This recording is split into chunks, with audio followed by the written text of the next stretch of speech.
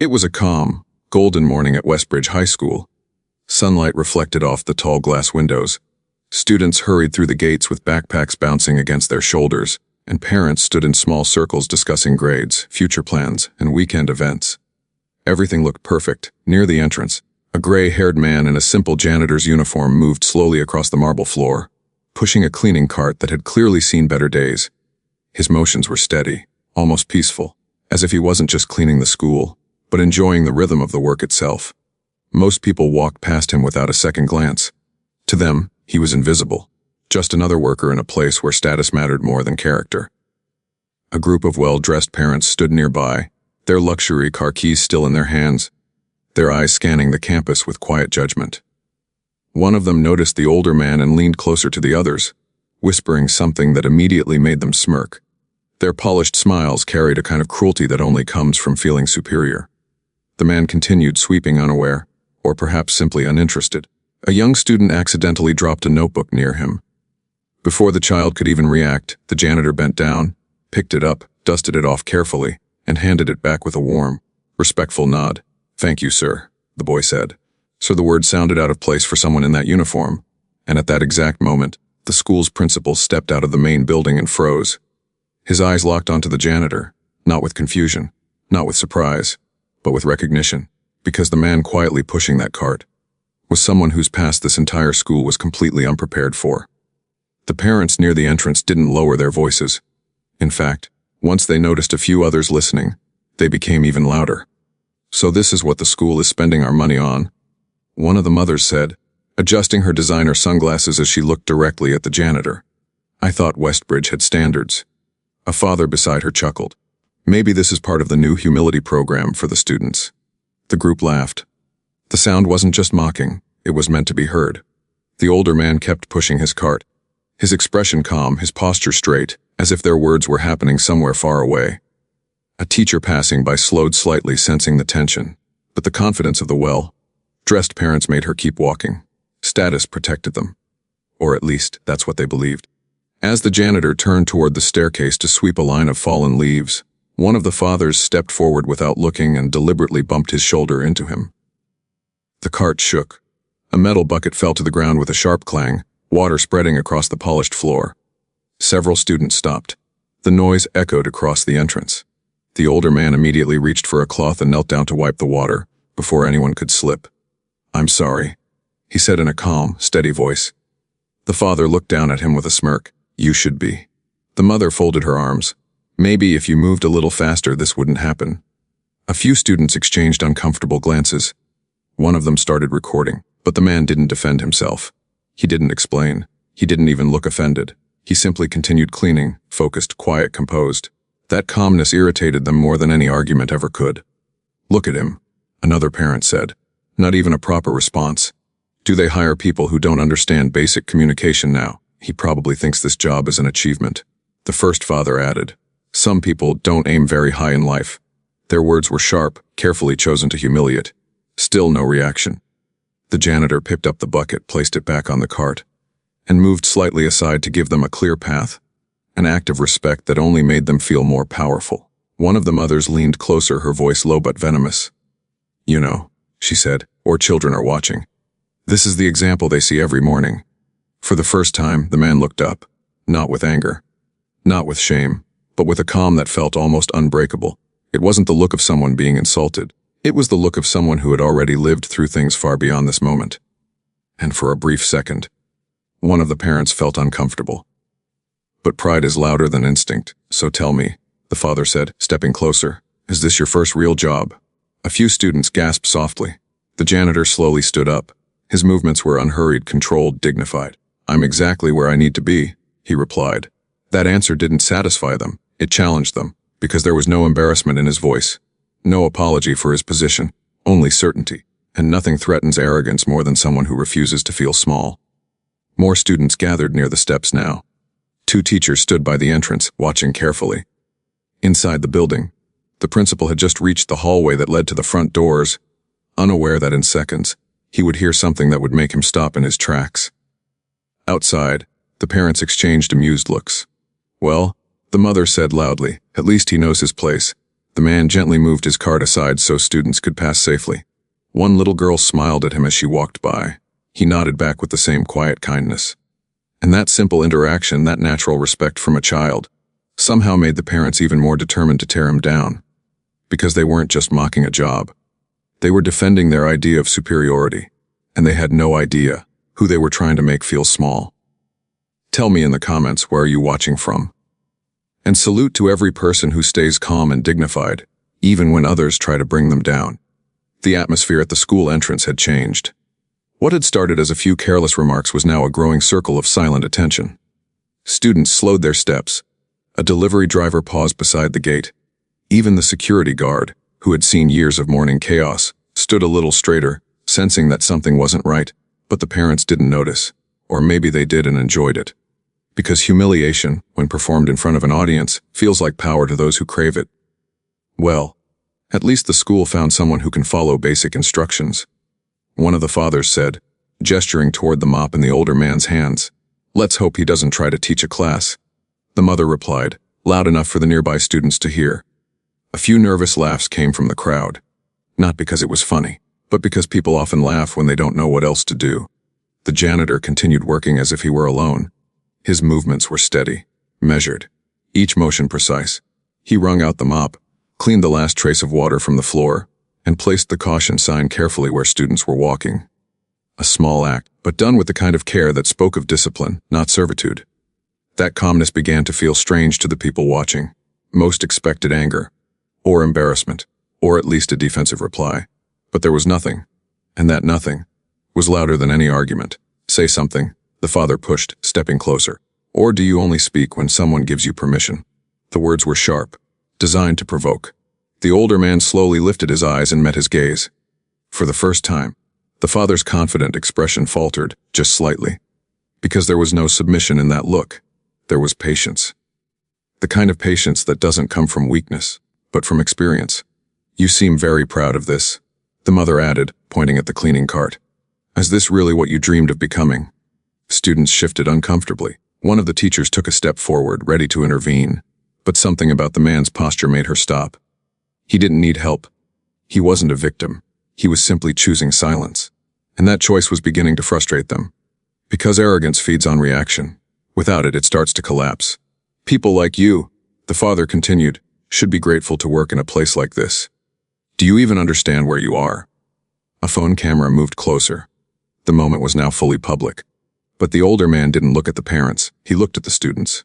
At the young faces watching, learning, absorbing, and when he finally spoke, his voice was calm and low. Every honest job deserves respect. Just one sentence. No anger. No lecture. No attempt to defend himself. But it landed like a stone in still water. The students heard it. The teachers heard it. Even the security guard lowered his eyes for a moment. But for the parents, it felt like a challenge. A challenge to their authority. To their identity.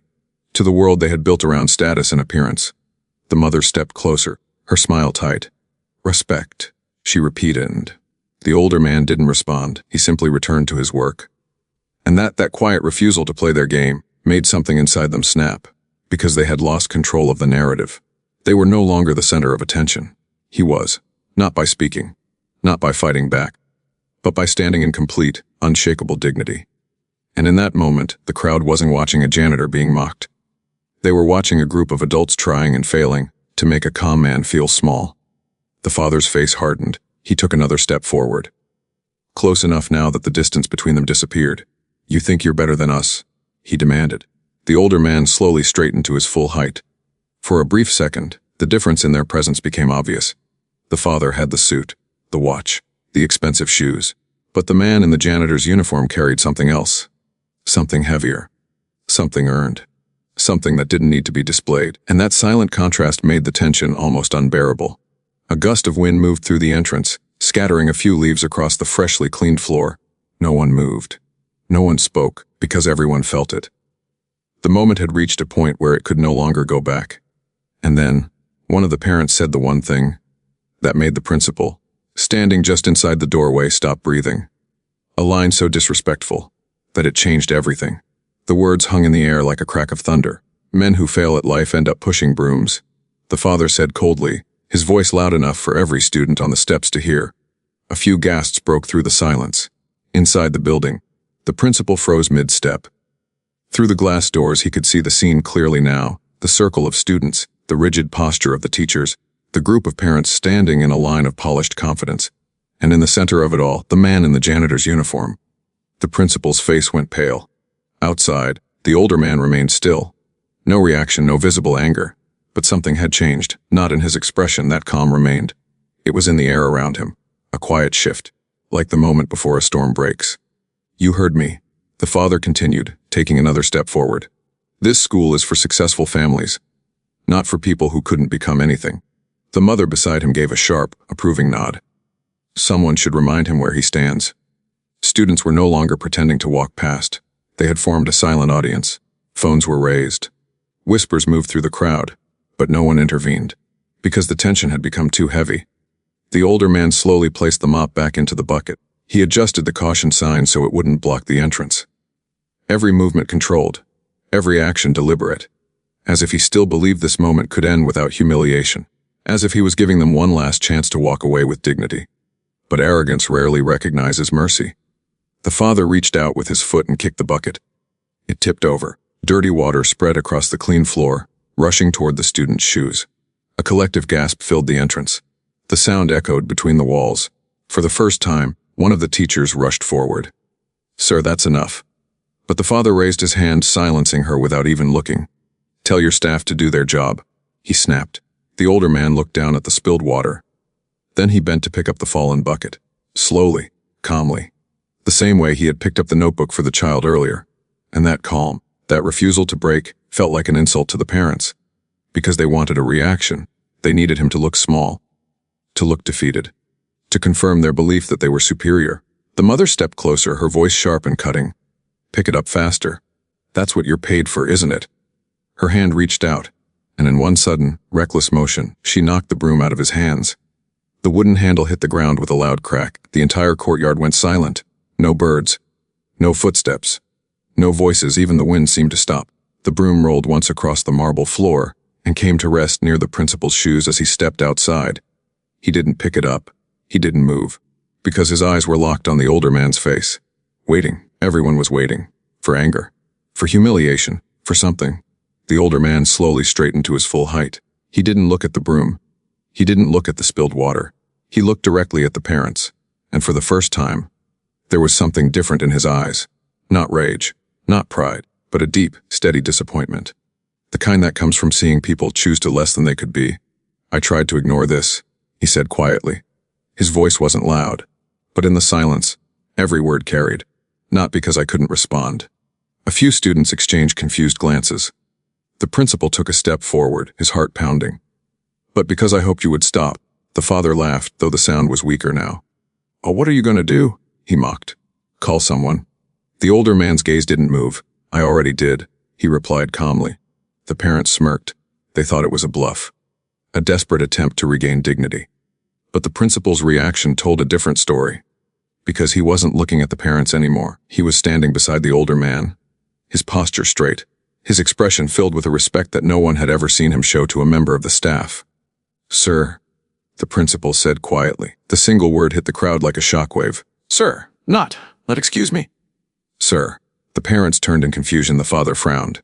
The mother's confident smile began to fade, because in that one word, the power in the entire situation shifted. And in the distance, beyond the school gates, the low, synchronized sound of approaching vehicles began to echo. Something was coming. Something official. Something that made the security guard raise his hand to his earpiece. The students turned toward the road. The teachers stepped back. And for the first time since the confrontation began, the parents realized they were no longer in control of the moment. Because the man they had just humiliated hadn't reacted the way anyone expected. The single word still echoed in the air. "Sir." No one had ever heard the principal speak like that to a member of the school staff. Not to a teacher, not to a parent, not even to visiting board members. And now he stood beside the janitor, not in authority, but in respect. The parents looked at each other, their confidence beginning to crack. "What is this?"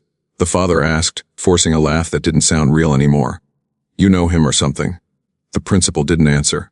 He couldn't, because his eyes were fixed on the older man with a mixture of disbelief and something deeper, something that looked almost like honor.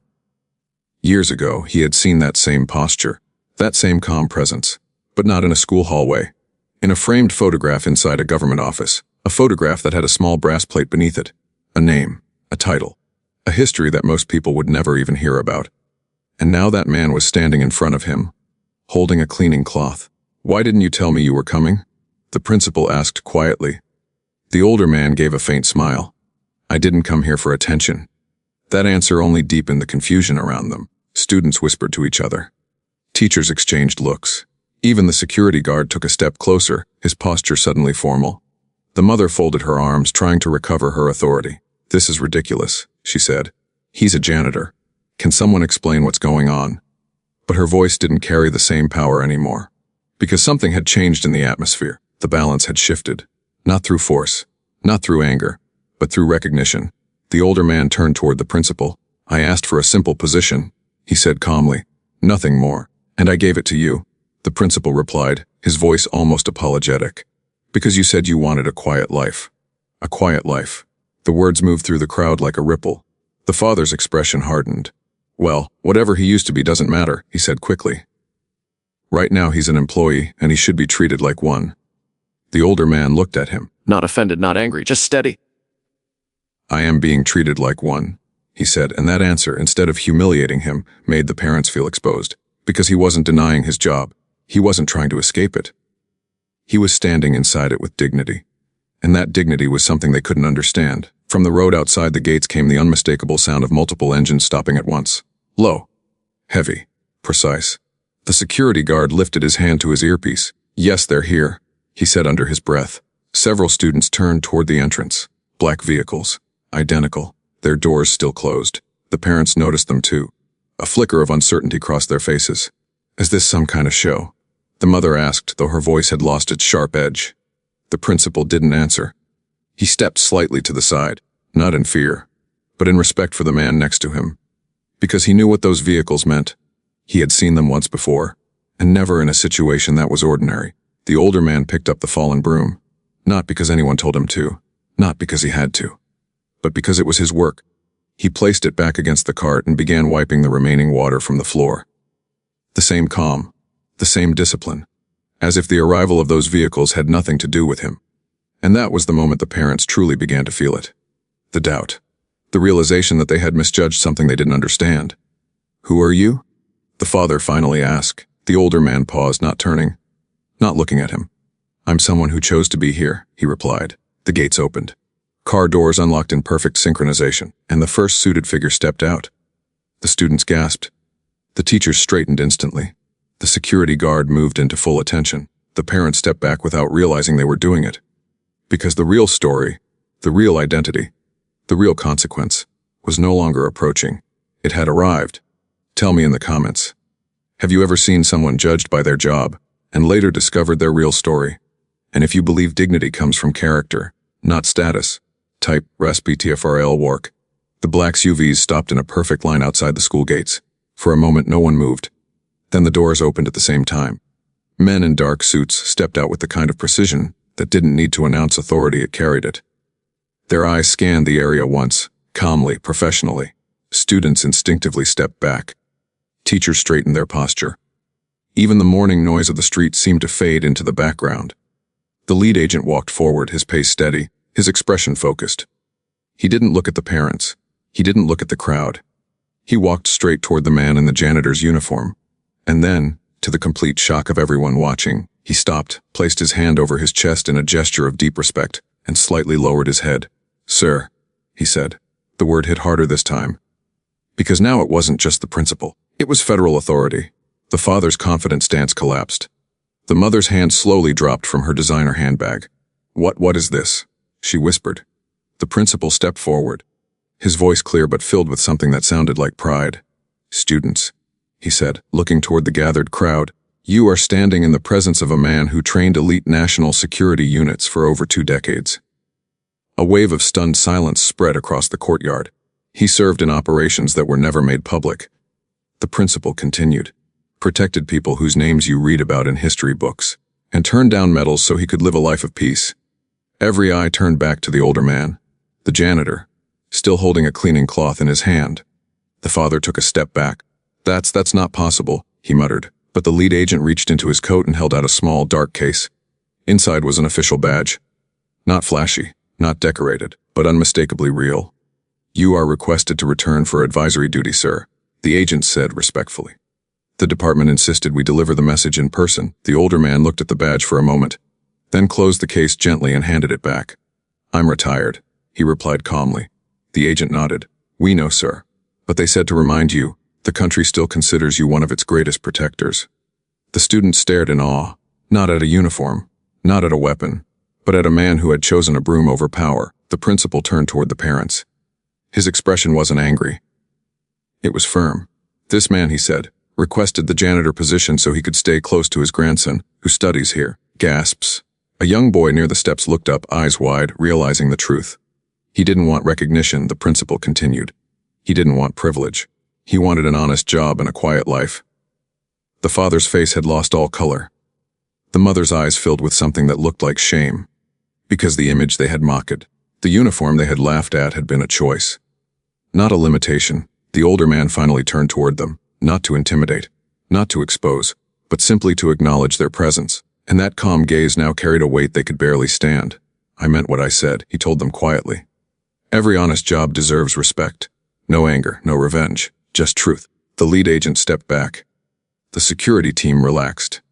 The power that had entered the courtyard didn't need to prove itself, because the real power was standing beside a cleaning cart. The principal lowered his head slightly toward the older man. Sir Westbridge is honored to have you here. The students began to clap, soft at first, then louder. Not for a hero from a movie, not for a government official, but for the janitor who had shown them what dignity looked like. The parents didn't move. They couldn't, because in a matter of minutes, their entire understanding of status had collapsed. They had tried to measure a man by his job, and discovered they were standing in front of a legend who had chosen humility. And in that moment, every student watching learned something no classroom could ever teach. Respect isn't about position. It's about character. And they had just witnessed the cost of forgetting that. The applause didn't stop immediately. It rolled through the courtyard in waves, students, teachers, even the security staff, all clapping for the man who only minutes ago had been treated as invisible. But Steven didn't raise his hand to acknowledge it. He didn't bow. He didn't smile for the attention. Instead, he gently picked up the broom again and placed it back beside the cart as if nothing extraordinary had happened. Because to him nothing had.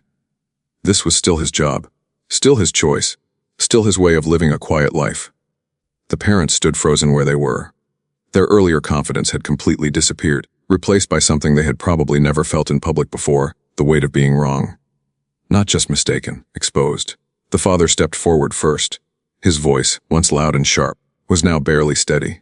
I didn't know, he said. The words sounded small in the open space. The mother, who had knocked the broom from his hands, looked at the ground, unable to meet his eyes. We're sorry, she added softly. For a long moment, Steven didn't respond, not because he wanted to make them suffer, but because he wanted the moment to mean something. For them, for the students watching, for the teachers who would remember this day for the rest of their careers. Finally, he spoke. Not loudly, not with authority, but with the same calm that had never left him. This isn't about knowing who I am, he said. The courtyard fell silent again. It's about how you treat people you think are nobody. The words moved through the crowd like a quiet lesson. No accusation, no anger, just truth. The father lowered his head. The mother wiped her eyes, because for the first time, they understood that their apology wasn't for insulting a powerful man. It was for revealing their own character in front of their children. Steven looked toward the students gathered on the steps.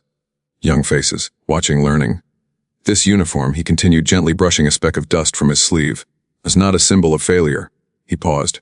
It's a symbol of honest work. A young boy, his grandson, slowly walked down the steps, his eyes filled with pride that he no longer tried to hide. Grandpa, he said quietly. Steven's expression softened in a way no one had seen before. All the strength, all the discipline, all the mystery. And yet in that moment, he was simply a grandfather. He placed a hand on the boy's shoulder. Ready for class? He asked. The boy nodded. The principal stepped forward again, his voice filled with emotion. Today, he said to the students, you learned something more important than anything written in your textbooks. He turned toward Steven. Thank you for reminding us what respect truly means. Steven shook his head gently. Respect isn't something you remind people of, he replied. It's something they choose to give.